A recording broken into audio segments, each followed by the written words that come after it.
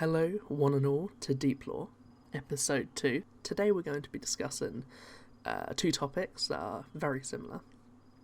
And that's the concept that water has memory and water has feelings. This is another episode in the conspiracy Iceberg.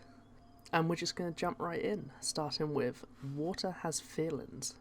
So a man by the name of Masaru Emoto wrote a book called The Hidden Messages in Water. This contained the hypothesis that water could react to both positive and negative thoughts. And the way he devised this experiment is by taking two identical water samples, one of them every day giving it compliments, giving it love and prayer, and the second one by cursing it and being extremely negative to it. Afterwards, he froze the water in these glasses and then put the frozen water under a microscope. And what he noted is that the water from the source that was treated nicely and had positive energy directed at it formed much more aesthetically pleasing ice crystals.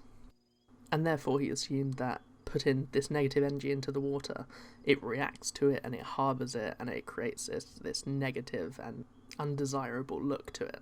Furthermore, Emoto's experiments claimed that it's not just words that causes these differences in crystals, it can be types of music, even writing.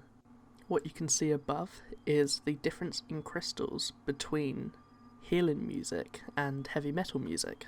It was also noted that polluted water would have far worse crystals than natural, clear glacier spring water. Now, assessing ice crystals under a microscope isn't accessible for the average person to do, so many people have comprised a more simple experiment that they can do at home.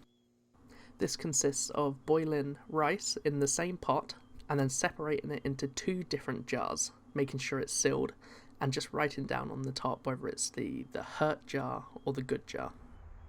These jars are kept in a cupboard away from sunlight, only taken out to say positive things to the positive jar and negative things to the negative jar, about once or twice a day.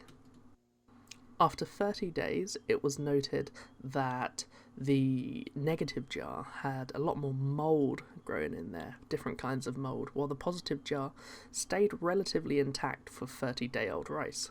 This eventually built up to his hypothesis that as humans we are 80% water, so negative energies around can directly affect our own mood and make us feel worse. So let's talk a bit more about the man behind the experiment. Mr. Emoto has a PhD in alternative medicine, a degree that's very prone to talking about the ideals of water. Now, the scientific community had a lot of criticism about this and decided to name it Pseudoscience. Furthermore, Emoto was invited to take part in something called the $1 million Paranormal Challenge, where if you can reproduce the experiment under test conditions, you can win $1 million, which he refused to participate in. Some celebrities, such as Gwyneth Paltrow, has came out and said that they agree with this theory and they try and keep a positive atmosphere.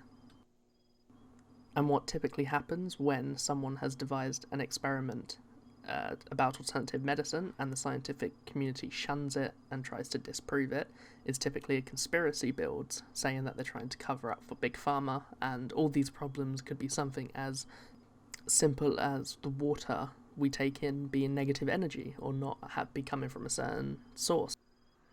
Now, I'm going to leave that with you to think about while we move on to the second half of this, which is water has memory.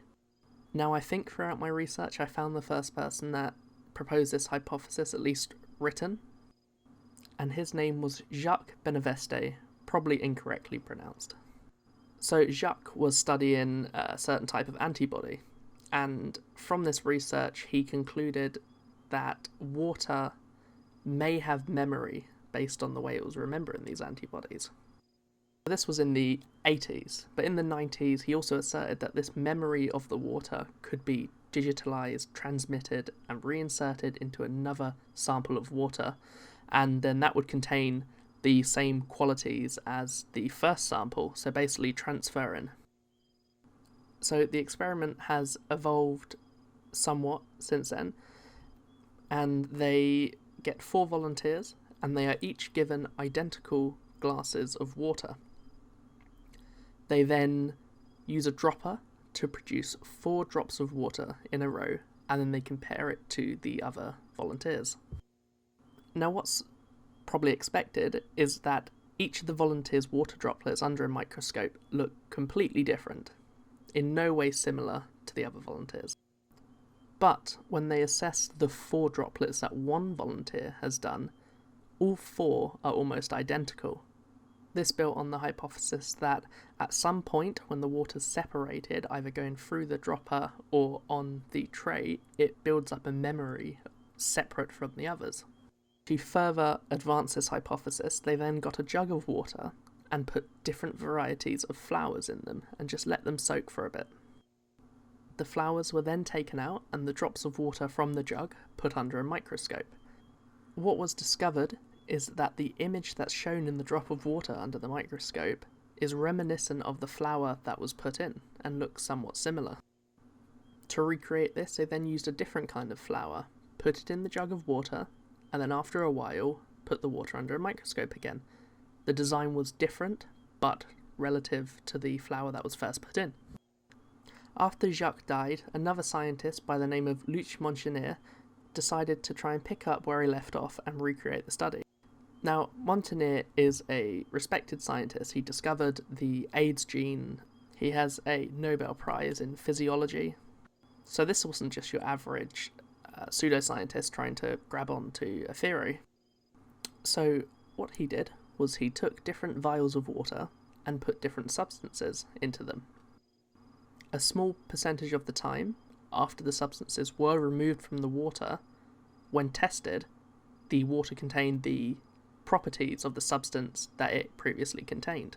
Now, there are many scientific applications if Montagnier's research is correct. However, the main one is that water would be a medium that you could put any kind of substance in, and it would essentially act the same as the initial substance, which would be groundbreaking in the medical field.